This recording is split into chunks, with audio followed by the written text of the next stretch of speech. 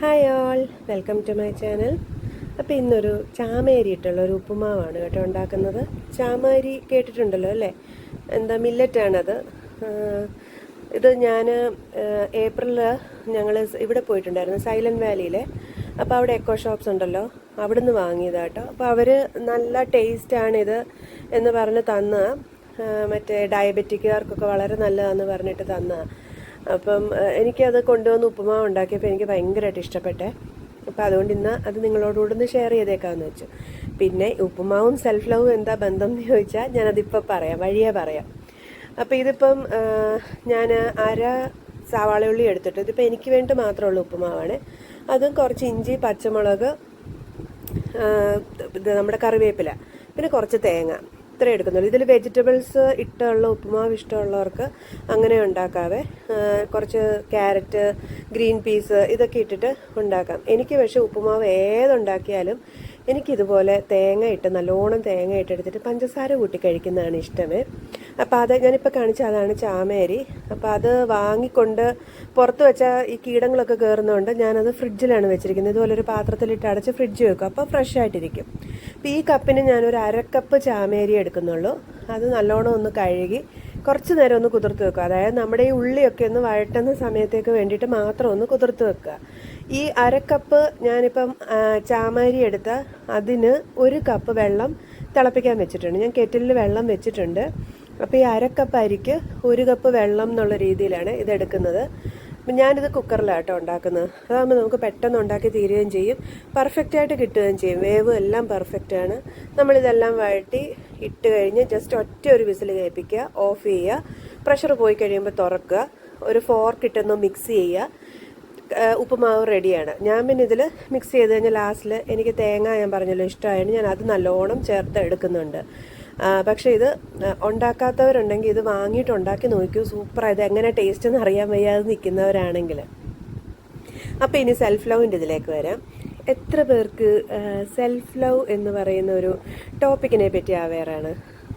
അതായത് നമ്മൾ നമ്മളെ തന്നെ സ്നേഹിക്കുക എന്നുള്ളതാണ്. മുമ്പ് ഞാനിങ്ങനെ ഓർക്കുമായിരുന്നു, നമ്മൾ നമ്മളെ തന്നെ ഇപ്പം എന്താ ഇത്ര സ്നേഹിക്കാനുള്ളത്, നമ്മളാണല്ലോ അല്ലേ. പിന്നെ എനിക്ക് എന്നേക്കാൾ സ്നേഹം എൻ്റെ ഭർത്താവിനോടും മക്കളോടുമാണ്, ഞാൻ എന്നേക്കാൾ സ്നേഹിക്കുന്നത് അവരെയാണ് എന്നിങ്ങനെ എപ്പോഴും ചിന്തിക്കുമായിരുന്നു ഞാൻ.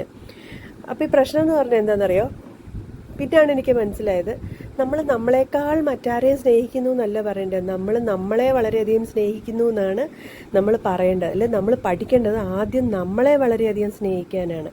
നമ്മൾ നമ്മളെ എപ്പോൾ വളരെയധികം സ്നേഹിക്കുന്നു അപ്പോഴേ നമുക്ക് മറ്റുള്ളവരെ അതുപോലെ സ്നേഹിക്കാൻ സാധിക്കുകയുള്ളൂ. അല്ലാതെ നമ്മളോട് സ്നേഹമില്ലാതുണ്ടല്ലോ വേറൊരാളെ സ്നേഹിക്കുക എന്ന് പറയുമ്പം അതിലെന്നും കുറേ പ്രശ്നങ്ങൾ ഇങ്ങനെ വന്നുകൊണ്ടേയിരിക്കും. അവർ ചെയ്യുന്നതിലെല്ലാം പ്രശ്നം.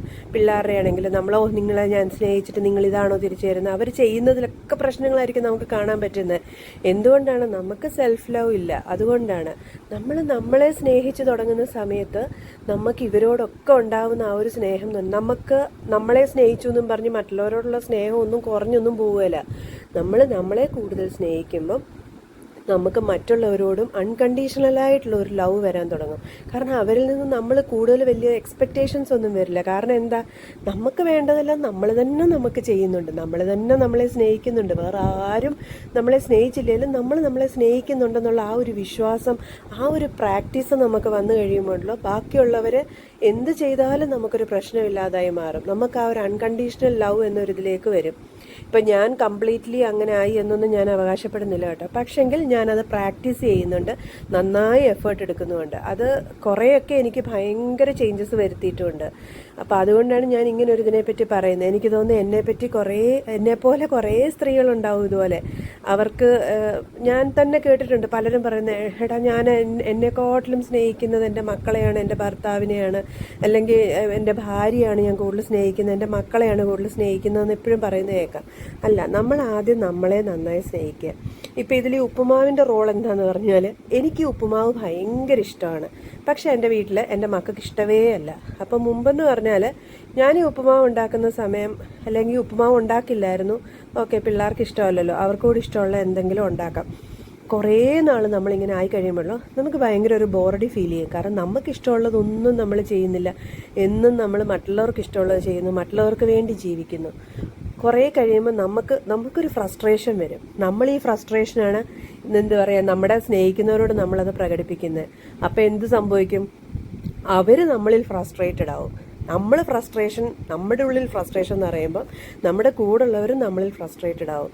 അപ്പം നമുക്കിഷ്ടമുള്ളൊരു സാധനം നമ്മൾ വേണ്ട എന്ന് വെച്ച് ഒക്കെ 1 പ്രാവശ്യമായി 2 പ്രാവശ്യമായി നമ്മളത് ലൈഫിൽ മുഴുവൻ നമ്മൾ അങ്ങനെ നമുക്ക് വേണ്ടി ഒന്നും ചെയ്യുന്നില്ല, എല്ലാം മറ്റുള്ളവർക്ക് വേണ്ടി എന്നൊരവസ്ഥ വന്നു കഴിയുമ്പം അത് ഭയങ്കര കുറച്ച് നാൾ കഴിയുമ്പം അത് ആവശ്യമില്ലാതുള്ള ഒത്തിരി പ്രശ്നങ്ങളുണ്ടാക്കും. അപ്പോൾ അതിലൊക്കെ നല്ലത് ആഴ്ചയിൽ ഒരിക്കലെങ്കിലും നമ്മൾ നമുക്ക് വേണ്ടിയിട്ടുള്ള സമയം സ്പെൻഡ് ചെയ്യണം. നമുക്കിഷ്ടമുള്ള ഫുഡ് ഉണ്ടാക്കി കഴിക്കണം. ഇപ്പോൾ ഇവിടെ ഞാൻ ഉപ്പുമാവ് ഉണ്ടാക്കി, മക്കൾക്ക് ഉപ്പുമാവ് ഇഷ്ടമല്ല. അവർ എഴുന്നേറ്റ് കഴിയുമ്പോൾ ബ്രെഡുണ്ട്, അവരത് ചൂടാക്കി അവരത് കഴിച്ചോളും. പിന്നെ അല്ലെങ്കിൽ ആഴ്ച ഒരിക്കൽ ഫുഡ് വാങ്ങുമ്പം ഒരിക്കലും അവർക്കിഷ്ടമുള്ള ഫുഡ് വാങ്ങും, 2ാമത്തെ പ്രാവശ്യം ഞാൻ എനിക്കിഷ്ടമുള്ള ഫുഡ് വാങ്ങി കഴിക്കും. പിന്നെ മാസത്തിൽ ഒരിക്കലെങ്കിലും, അല്ലെങ്കിൽ നമുക്ക് ഏതെങ്കിലും ഒരു ഡ്രസ്സ് കണ്ടു, നമുക്കത് ഭയങ്കരമായിട്ട് ഇഷ്ടപ്പെട്ടു, നമ്മളത് വാങ്ങി നമുക്ക് തന്നെ ഗിഫ്റ്റ് ചെയ്യുക. നമ്മളെ വേറെ ആരും ഗിഫ്റ്റ് ചെയ്യാൻ വെയിറ്റ് ചെയ്യണ്ട. നമ്മുടെ ബർത്ത്ഡേ വന്നു, നമുക്കാരും കേക്ക് ഗിഫ്റ്റ് തന്നില്ല എന്നും പറഞ്ഞിരിക്കരുത്. നമ്മൾ തന്നെ ഒരു കേക്ക് വാങ്ങിച്ച് നമുക്ക് ഗിഫ്റ്റ് ചെയ്യണം. ആദ്യമൊക്കെ നമുക്ക് ഓർക്കും, പിന്നെ ഞാൻ തന്നെ എനിക്ക് ഗിഫ്റ്റ് ചെയ്യാൻ പോലെ, അതിലെന്താ മറ്റുള്ളവർ എനിക്ക് വാങ്ങിച്ചു തരട്ടെ. ഞാൻ അങ്ങനെ ചിന്തിച്ചിട്ടുണ്ട്, അതുകൊണ്ടാണ് പറയുന്നത്. അപ്പം അങ്ങനെ ചിന്തിച്ച് എന്ത് സംഭവിക്കും? നമ്മുടെ ബർത്ത്ഡേ കുളവായിപ്പോൾ, അല്ലാതെ വേറെ ഒന്നും സംഭവിക്കില്ല. അപ്പം നമ്മൾ തന്നെ നമുക്ക് വാങ്ങിച്ചങ്ങ് ഗിഫ്റ്റ് ചെയ്യുക. അപ്പം നമ്മൾ ഹാപ്പി ആയിരിക്കും, നമുക്ക് കുറച്ചുകൂടെ ഒരു പീസ് വരും.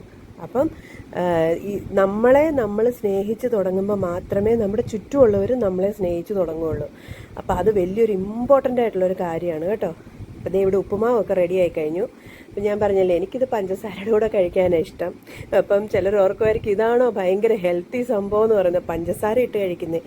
മുമ്പ് ഞാൻ 2-3 ടീസ്പൂൺ പഞ്ചസാര ഇടുന്നിടത്ത് ഇവിടെ ഞാനിപ്പോൾ 1 ടീസ്പൂൺ പഞ്ചസാര ഇടുന്നുള്ളൂ. പക്ഷേ എനിക്ക് അതാട്ടോ കോമ്പിനേഷൻ ഇഷ്ടം.